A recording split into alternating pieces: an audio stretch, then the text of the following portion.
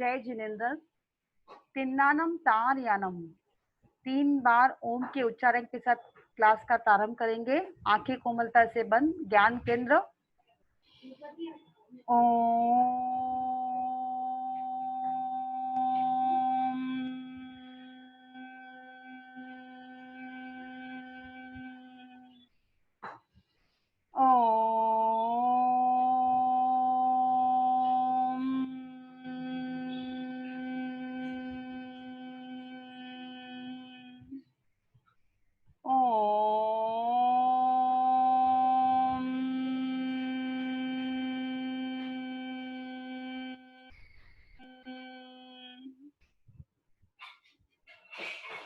आवाज प्रॉपर आ रही है मेरी?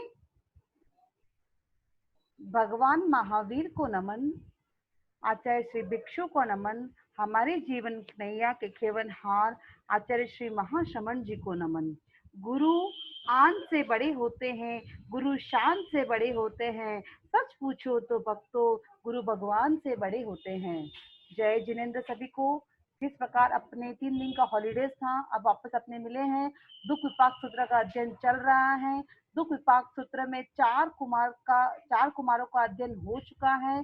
आज अपने 5th नंबर मतलब कि 5वें नंबर के बृहस्पति दत्त नामक कुमार के बारे में स्टार्ट करेंगे। उसमें कैसा बताया गया वही स्टार्टिंग है। भगवान महावीर के सामने आते हैं गौतम स्वामी। हर बार यही कंडीशन होती है कि भगवान महावीर के सामने गौतम स्वामी आते हैं और वह पूछते हैं कि आपने हमें चतुर्थ दुख विपाकों के चतुर्थ अध्ययन का ये अर्थ प्रज्ञप्त किया है। बनते 5वें अध्ययन का श्रवण भगवान महावीर ने क्या अज्ञा प्रकट किया होगा, इस प्रकार आप सुनेंगे। अब जो नरेटर है वो सुधर्मा स्वामी अपने जम्बू स्वामी को सब सुना रहे हैं। उस काल में क्या सुनाते हैं सुधर्मा स्वामी? कहते हैं सुधर्मा स्वामी, उस काल में उस समय में कौशाम्बिक नाम की नगरी थी। हर एक नगरी को बहुत रिद्धि संपन्न बताया गया। मैं हर बार बोलती हूँ, वह नगरी बहुत रिद्धि संपन्न, निर्भय तथा समृद्ध थी। उस नगरी के बाहर चंद्रावतरण उद्यान था, श्वेत भद्र यक्ष था। वह कौशाम्बिक नगरी में शतानिक नाम का एक राजा का वर्णन बहुत राजा पहले आ चुके हैं। सभी राजाओं को वर्णन में बार बार कर चुकी ही। वो ही अच्छे राजाओं में जो अपने राज्य को भी एक परिवार समझते, उन राजाओं में से ये थे शतानिक नामक एक राजा। वह महान हिमालय, महान मलय, मेरु तथा महेंद्र पर्वत के समान प्रधान थे। मतलब कि वो हर राज्य में एक भी गतिविधि ऐसी नहीं होती थी जो उनके ध्यान में न हो। उसी शतानिक राजा का एक पुत्र था, उसका था नाम उदयन नाम उसका था, और उनकी पत्नी का नाम था मृगा देवी। शतानिक राजा, मृगा देवी पत्नी और उदयन नाम का राजकुमार। वह उदयन नामक राजकुमार अपनी पत्नी थी, उनकी भी शादी हो चुकी थी। उनके राजकुमार की उनका नाम था पद्मावती। अभी उस शतानिक राजा के एक सोमदत्त का नाम का पुरोहित था। जैसे पुरोहित किसे कहा गया है? जैसे राजा के पास जैसे मंत्री होता है, मंत्री को सारी जो भी अवगत होता है वो सब कुछ, राजा भी कुछ भी डिसीजन लेना हो तो अपने मंत्री से डिस्कस करके ही डिसीजन लेते हैं। ऐसा माना गया है कि राजा के कंपैरिजन में मंत्री ज्यादा इंटेलिजेंट, ज्यादा ज्ञानी होते हैं। उन्होंने कितने कितने वेदों का ज्ञाता होते हैं। इसी प्रकार यहाँ पर जो बताया गया है, सोमदत्त नाम का पुरोहित था। वह ऋग्वेद, यजुर्वेद, सामवेद, अर्थवेद में कुशल था। एक बात मैं आपको बताना चाहूंगी, जब ये चारों वेदों का वर्णन आया है तो वेदों की परंपरा सबसे पहले, सबसे प्राचीन मानी गई है। भगवान महावीर ने जो कहा, गंधर्वों ने उसे याद करके उसे लिखा। अब लिखने में उनको भगवान महावीर जब निर्वाण हो गए, 1000 वर्ष के बाद तक भी उनके माइंड में वो सब बात फिट थी। वो ही आज श्रुत रूप में, आगम रूप में हमारे समक्ष प्रस्तुत हुई है। आज सोचो, आज अपने को कुछ याद करना होता है तो हमको अलार्म लगाना पड़ता है, पर उस समय ऐसा नहीं था।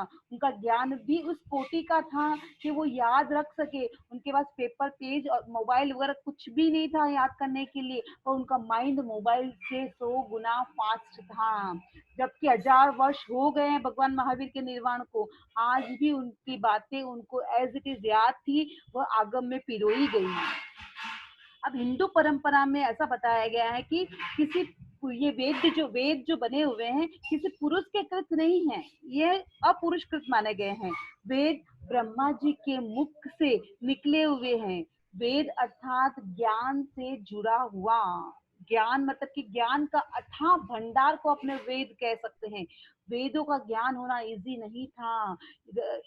वेद में भी 3-4 प्रकार के, ऋग्वेद, यजुर्वेद, सामवेद, अथर्ववेद, इस सभी प्रकार का एक एक मीनिंग निकलता है। जैसे कर्म कांड 4 वेद बताए गए हैं, उसमें हर में कर्म का मीनिंग हमेशा रहा है, क्योंकि कर्म करने से ही व्यक्ति आगे अपने निर्वाण को प्राप्त कर सकता है। तो कर्म 3 प्रकार के बताए गए हैं, कर्म कांड, ज्ञान कांड और उपासक कांड।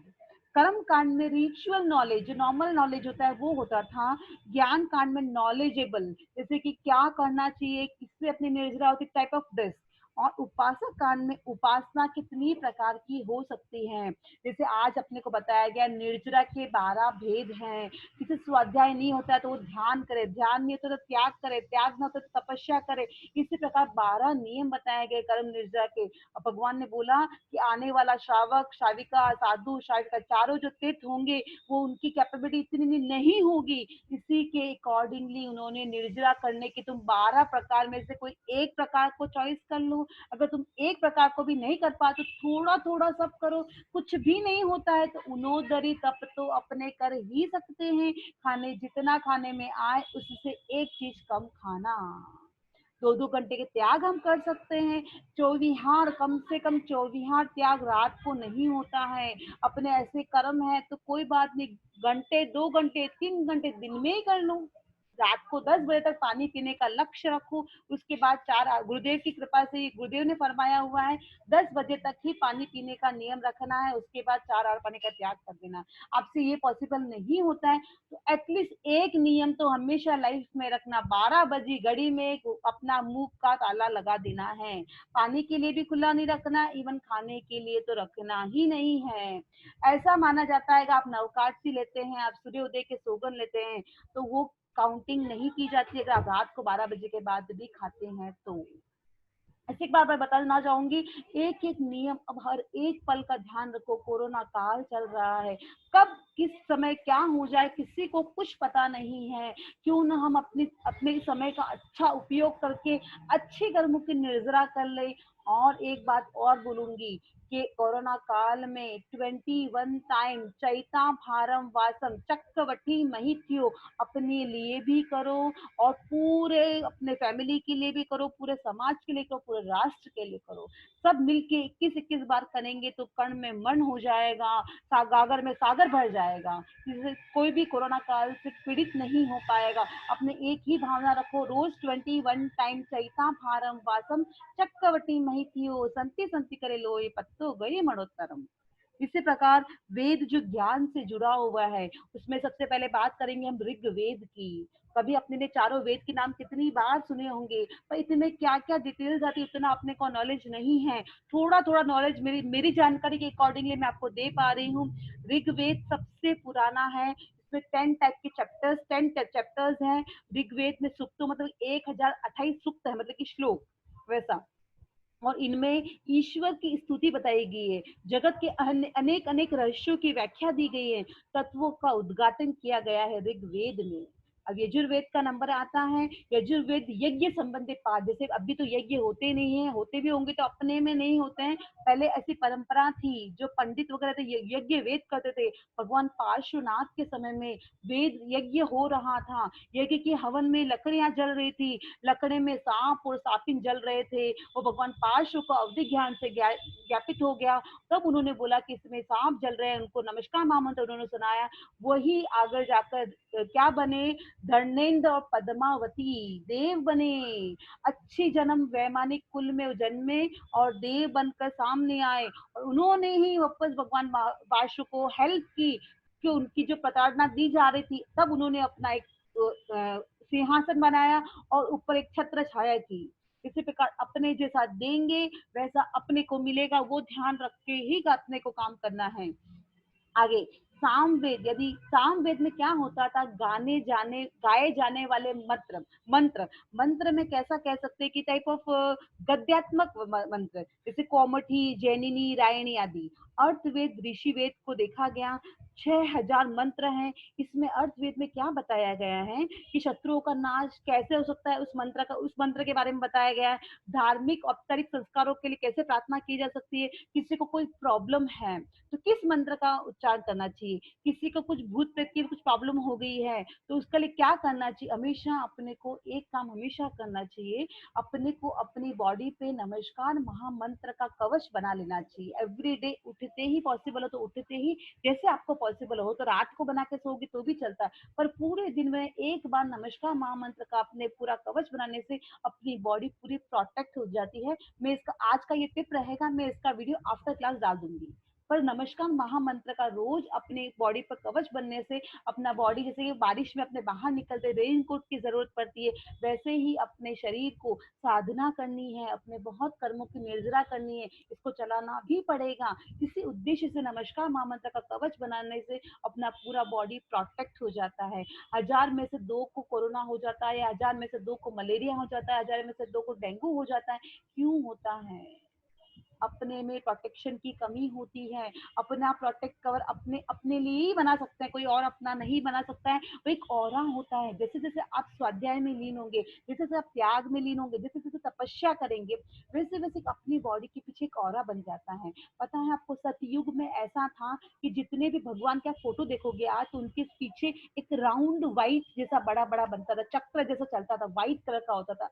आज सभी की काला हो चुका है।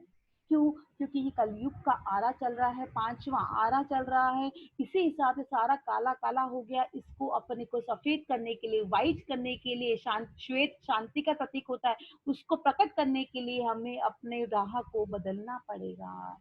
हमें अपने को धर्म की राह पर मोड़ना पड़ेगा, तो ही हम कर पाएंगे, तो ही हम जीत पाएंगे इस जंग को। उसी प्रकार चारों वेद के बारे में हो गया। अभी अनुकूलता प्राप्त हो, जैसे अनुकूलता और प्रतिकूलता। अनुकूलता कैसी होती है कि इजी वे में अपने को सब कुछ अनुकूलता से मिल गया, अपने अच्छे कर्म किए तो अपने को सारी पुण्याई मिल गई, अपने को खाना, घर, सब कुछ, गाड़ी वगैरह सब कुछ, जो जो अपनी रिक्वायरमेंट थी वो सब कुछ मिल गया। पर अभी अपने भगवान के सामने खड़े होते हैं तो भगवान के सामने क्वेश्चन मार्क लगाते हैं, भगवान आपने मुझे ये क्यों नहीं दिया। भगवान को कभी ऐसा नहीं बोलेंगे थैंक्स भगवान आपने इतना तो दिया, कभी नहीं। भगवान ये कमी है, वो कमी है, वो कमी है। अरे बच्चा दे दिया तो सब दे दिया, नहीं बच्चा देने से क्या होता है, घर अच्छा नहीं दिया, बड़ा नहीं दिया, छोटा, ये इतने क्वेश्चन भगवान के सामने। भगवान बोलते हैं बेटा मैं तेरी लाइफ में कभी फुल स्टॉप लगाने मैं नहीं आ सकता, तो इतनी तूने कोमाएं लगा चुका है, अभी लगाता ही जा रहा, लगाता ही जा रहा। मैंने तेरे को फुल स्टॉप के लिए वहां भेजा है, तो कोमाओं से ऊपर नहीं आना, इतनी अल्प विराम लगाते जा रहा है अपनी लाइफ को। ऐसा नहीं करना है। जो दिया है, जो मिला है, बच्चों में भी यही गुण डालो कि बेटा अगर बच्चा बोलता है कि मम्मा 3 BHK घर होता तो कितना अच्छा होता, हमको एक एक रूम मिलता। बेटा जो मिला उसको सेटिस्फाइड हो। आज कितने लोग बिना घर भी घूम रहे हैं, उनको भी तो देखो। ऐसा करके बच्चों में छोटे छोटे बीजों का वपन करो, तो ही वो वृक्ष बन पाएगा आगे जाकर। एक स्टोरी बताती हूँ मैं आपको। एक कुएं का मेंढक होता है। जैसे कुएं में एक मेंढक होता है, मेंढक कुएं में था, एक दूसरा मेंढक था मान सरोवर, जो बड़ा सरोवर है, उस सरोवर में से जंप करके उसने कुएं में जंप कर दिया। अभी दोनों फ्रेंड्स मिले, अच्छा तुम यहाँ पे रहते हो क्या, तो उस मेंढक ने बोला हाँ मैं तो यहाँ पे रहता हूँ, ये मेरा ही प्लेस है, ये मेरा ही कुआ है। तो कि तुम कहाँ से आए हो, तो कि मैं तो मान सरोवर से आया हूँ। तो मान सरोवर कितना बड़ा होगा, उसने पूछा, क्योंकि वो कुएं से कभी बाहर निकला ही नहीं। तो उसने पूछा मानसरोवर कितना बड़ा होगा, तो जो मानसरोवर से जो मेंढक आया था वो बोलता है कि ये बहुत बड़ा है। तो बहुत बड़ा, तो जो सेकंड जो था मेंढक, वो एक जंप करके दिखाता है उसको, एक जंप, इतना ही बड़ा होगा ना तुम्हारा मानसरोवर, नहीं नहीं इससे और बड़ा, तो और बड़ी जंप करता है। तो इतना तो बड़ा होगा, 2 जंप में तो तुम्हारा मानसरोवर कंप्लीट हो जाएगा, नहीं नहीं नहीं नहीं। फिर उसने 5 जंप की, तो बोले इतना बड़ा तो मानसरोवर, इतने में तो तुम्हारा मानसरोवर कंप्लीट हो जाएगा, नहीं नहीं नहीं नहीं। तो तुम्हारा मानसरोवर है कितना बड़ा, क्योंकि उसको क्या मालूम था मेरा कुआ इज द बेस्ट, मेरा कुआं सबसे बड़ा है, कोई मेरे से बड़ा नहीं है। ऐसी भावना अपने में नहीं लानी है। अपने को बार बार इंटिमेशन नहीं देना है कि मेरे से तो त्याग होता ही नहीं है, मेरे से तो तपस्या होती ही नहीं, मेरे से स्वाध्याय नहीं होता है। हमेशा बोलो होता है होता है होता है, तो ऊपर से तथास्तु आता है। तथास्तु मतलब जो अपनी वाणी ऊपर गई वापस अपने को ही इफेक्ट करती है। इस बात को हमेशा ध्यान रखो, कभी अपने आप को निर्बल मत समझो और अपने आप को कभी सेटिस्फाइड मत समझो। ध्यान धर्म के बारे में, चीजों के बारे में, भौतिक जितनी वस्तुएं आपको मिली हैं उनके बारे में सेटिस्फाइड होना बहुत जरूरी है। कभी भी अल्प विराम को विराम में बदलने की कोशिश करो, अल्प विराम में और अल्प विराम में जोड़ते मत जाओ, उसमें फुल स्टॉप लगाने की कोशिश करो। उसी प्रकार यहाँ पर जो था, सोमदत्त नाम का पुरोहित था और ऋग्वेद, यजुर्वेद, सामवेद और अथर्ववेद में कुशल था। उस सोमदत्त पुरोहित के वसुदत्ता नाम की एक भार्या मतलब पत्नी थी। ओके, और उस सोमदत्त पुरोहित का पुत्र कौन था? बृहस्पति दत्त, जो अपनी स्टोरी है मेन। सोमदत्त पुरोहित का पुत्र अब राजा का पुत्र नहीं बना है, जो बृहस्पति दत्त राजा का पुत्र नहीं है, यहाँ पे वो पुरोहित का पुत्र बनाया गया है। ये भी एक अपनी अपनी निर्जरा, अपना अपना कैसा होता है उसके हिसाब से ही डिसाइड होता है कि अपने किस माँ के गर्भ से जन्म लेंगे और किस गर्भ में जन्म लेंगे। अगर संस्कारी घर में जन्म लेंगे तो अपने संस्कार भी वैसे ही आएंगे। इसी प्रकार क्या हुआ, सोमदत्त पुरोहित नाम का एक पुत्र हुआ उनको, सॉरी, सोमदत्त पुरोहित नाम नाम था, वसुदत्ता नाम की उनके वाइफ थी, और बृहस्पति नाम का एक पुत्र हुआ। उस समय भगवान महावीर का वहां पधारना हुआ। अब देखो, राजा के भी पुत्र था और इनके भी पुत्र, राजा के पुत्र का नाम बताया गया है उदीयमान। ओके, उनका पुत्र का नाम उदयमान बताया गया, इनका पुत्र का नाम बताया गया है बृहस्पति दत्त, जो किसका पुत्र था? सोमदत्त पुरोहित का पुत्र था। उसी काल में भगवान पधारते हैं उसी राज्य में। वैसे ही जो भगवान गौतम स्वामी पालने के लिए निकलते हैं, वैसा ही सब कुछ है जो पिछला हो चुका है। उसको जो बृहस्पति दत्त का जो जीव है उसको ही मारा जा रहा है, प्रताड़ना दी जा रही है। इतनी प्रताड़ना वापस भगवान के मुंह से, गौतम स्वामी के मुंह से वही निकलता है। ये नरक जैसे प्रताड़ना आप मुझे हर बार क्यों देखने को मिलती है मत्स्य मंदामी? ऐसा क्या है? मैं क्यों हर बार अपने आप को क्वेश्चन मार्क लाके आपके सामने खड़ा कर देता हूँ? क्यों मेरे साथ में हमेशा ऐसा ही होता है? तो भगवान बोलते हैं, गौतम ये तो कुछ नहीं है। जब अब आने वाला काल जो है, जो अपने जो जी रहे हैं पांचवा आरा, अब पांचवे आरे से और डिफिकल्ट काल आने वाला है, छठा आरा। रोज एक भावना भाव, मुझे छठे आरे में जन्म नहीं लेना है। इसी प्रकार गौतम स्वामी ने बोला, मत्स्य मंदारी आप कृपा करें, इस जीव इतनी प्रताड़ना सहन कर रहा है, इसका पिछला जन्म क्या था उसके हिसाब से आप मुझे बताइए। तो सुनो गौतम, उस काल में जम्बू द्वीप में, भारतवर्ष में सर्वोत्भद्र नाम का एक नगर था। वह रिद्धि संपन्न, निर्भय और समृद्ध था। वहां पर जीत शत्रु नामक एक राजा था और राजा के महेश्वर दत्त नाम का पुरोहित था। देखो, राजा के यहाँ पे भी पुरोहित बताया गया, पहले जो था उसमें भी पुरोहित था, अभी इसमें भी इसमें महेश्वर दत्त नाम का पुरोहित है। वह भी ऋग्वेद, यजुर्वेद, सामवेद, अर्थवेद में कुशल था। तब महेश्वर दत्त पुरोहित जीत शत्रु राजा के राज्य में बल सेना की वृद्धि के लिए वो क्या करता था? जो पुरोहित था महेश्वर दत्त, अपने राजा की वृद्धि हो उसके लिए वो क्या करता था? एवरी डे, प्रतिदिन एक ब्राह्मण बालक को, एक क्षत्रिय ब्राह्मण को बालक को, एक वैश्य बालक को, एक शूद्र बालक को पकड़ता, उसे जीवित पकड़ता और उसका जीवित में उसको मार कर उसका हृदय निकालता। हृदय निकाल कर, हृदय ओनली हार्ट, हृदय निकाल कर उसके मांस पिंडों को ग्रहण करता और दूसरों को करवाता और जीत शत्रु राजा के लिए शांति के लिए होम करता। वो पुरोहित था, वो ये काम राजा के लिए करता। वो सोचता था कि मैं ऐसा करूंगा तो मेरा राजा हमेशा फेमस रहेगा, कभी भी युद्ध करेगा तो उसमें वो हारेगा नहीं। और राजा भी उसको अप्रिशिएट करते थे कि हाँ भाई, तू मेरे लिए अच्छा ही करता है, जो करता है मेरे लिए अच्छा ही करेगा। इसी बात पर मैं एक दृष्टांत देना चाहूंगी।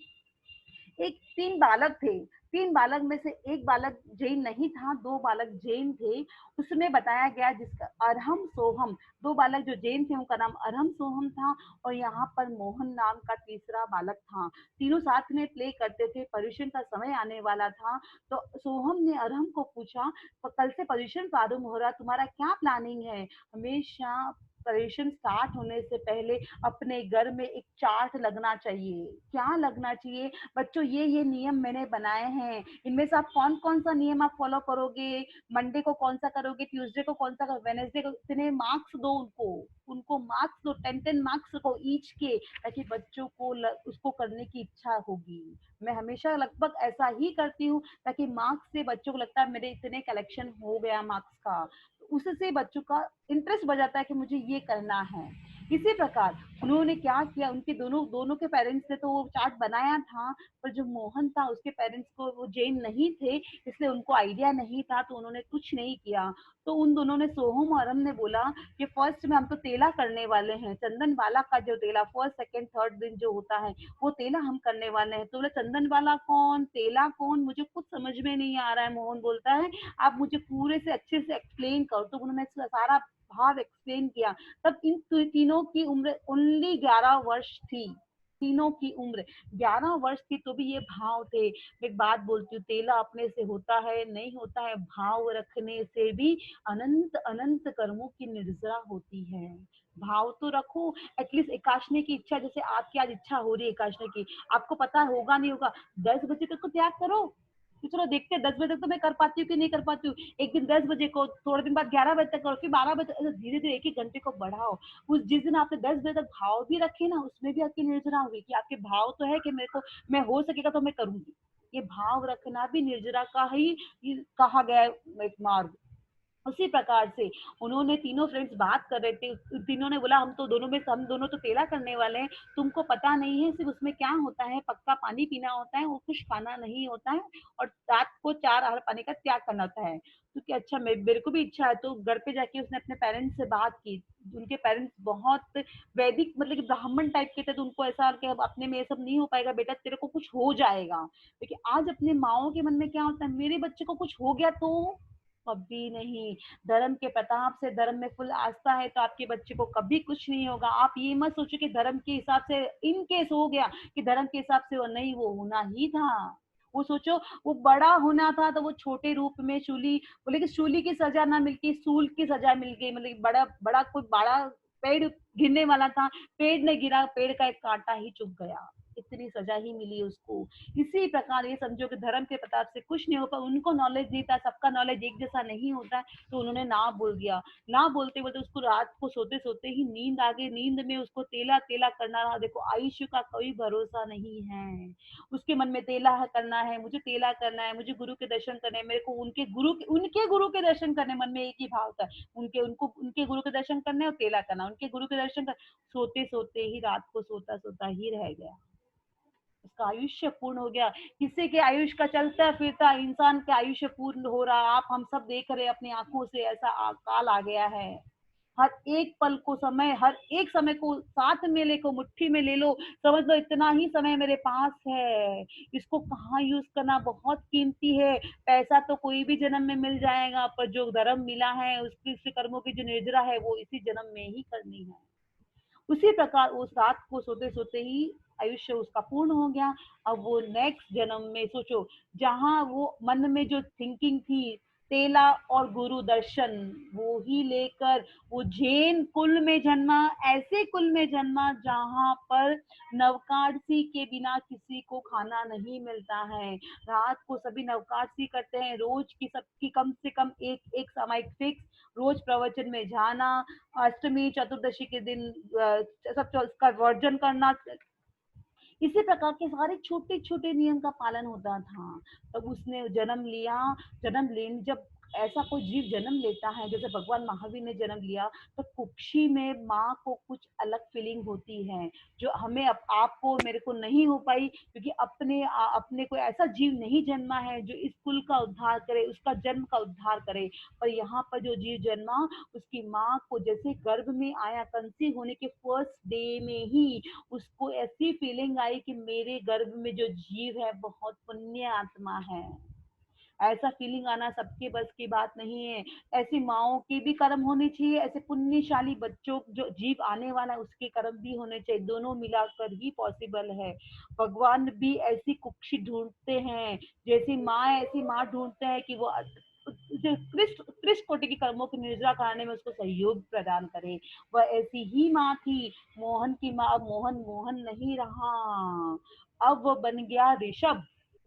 अब ऋषभ भगवान ऋषभ नहीं बट ऋषभ बन गया, उसका नाम ऋषभ रखा गया। वह जैन कुल में जन्मा, ये ऐसे कुल में जन्मा जिसको खुद तो लेके आया ही था, बट साथ में उसको नियति, परिवार, समाज सब ऐसा ही मिला।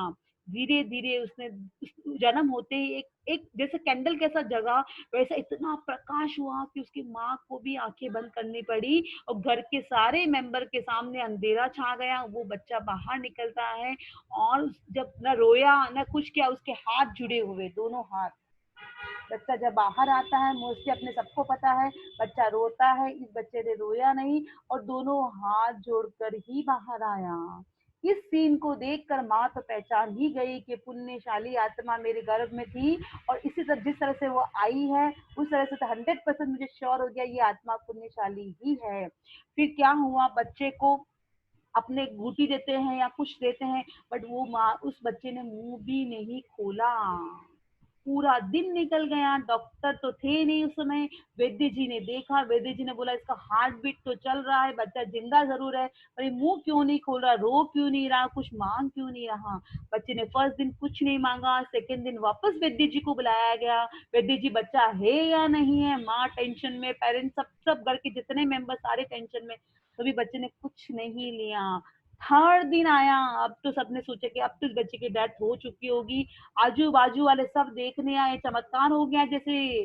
और उस वो जो जीव था उसके चारों ओर इतनी रोशनी रोशनी थी कि अपने उस बच्चे को देखना चाहे तो उस प्लेस से उठा के वैद्य जी को दूसरे प्लेस पे ले जाकर फिर देखना पड़ता था। तो वैद्य जी ने थर्ड दिन भी ये डिक्लेयर किया कि ये जिंदा है, तब सबको उन वैद्य जी का विश्वास नहीं हुआ। तो दूसरे वैद्य जी को दूसरे गांव से बुलाया गया, दूसरे वैद्य जी आए, बहुत पारंगत थे वो वैद्य जी ने देखा कि रियल में ये बच्चा जिंदा है।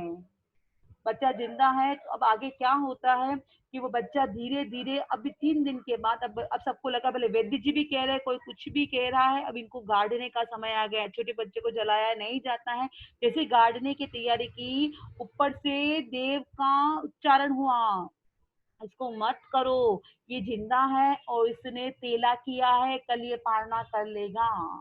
वैसा ही हुआ। सुबह पोरसी का टाइम, नो दिन हो गए, नो नौकारसी, डायरेक्टली पोरसी, जैसे अपने तेले में पोरसी का पारना करते हैं वैसे ही उन्होंने भी पोरसी का पारना किया। जैसे मुंह खोला और रोने लगा बच्चा। आज की स्टोरी मैं यही संपन्न करूंगी, ये स्टोरी कंटिन्यू करेंगे और अपना जो आगम अध्ययन है वो भी कंटिन्यू करेंगे कल। और आगम संबंधी कोई अभिनय साधना हो गई हो तो हाथ जोड़ बारंबार खमत कामना करती हूँ। हाथ जोड़ बारंबार मिच्छा में दुकुड़म तिन्नानम तार्याणम। जय जय ज्योति चरण, जय जय महाश्रमण, जय जय ज्योति चरण, जय जय महाश्रमण। ओम अरहम। अब मैं अनम्यूट अनम्यूट कर रही हूँ आप लोगों को।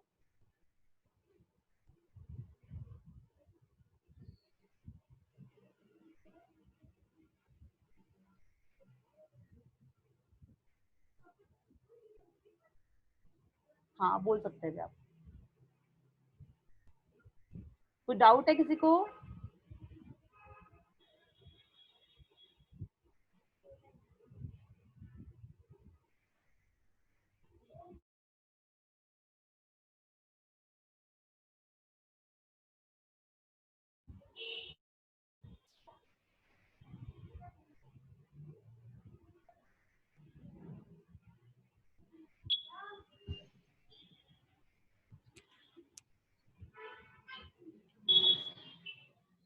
कुछ डाउट किसी को?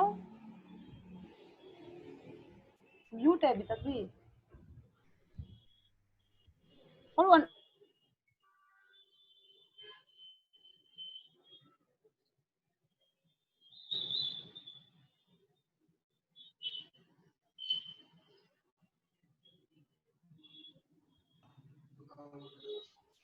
हाँ बोलिए। हेलो, हाँ, जय जिनेन्द्र, जय गरिमा जिनेन्द्र। दी। जय जिनेन्द्र। मैं ऐसे बोल रही हूँ, आप जब आगम का जब आप कराते हो तो मतलब टाइम पीरियड में नहीं सुन सकते ना? नहीं नहीं बिल्कुल भी नहीं, जब तक क्लियर ना हो तब तक नहीं सुनना है, बिल्कुल एक ड्रॉप भी नहीं चलेगा, हाँ बहुत वो स्ट्रिक्टली है। हाँ और वही पूछ रही और थी। बारिश होती है तब बिजली गरजती है, उस समय भी नहीं सुनना है।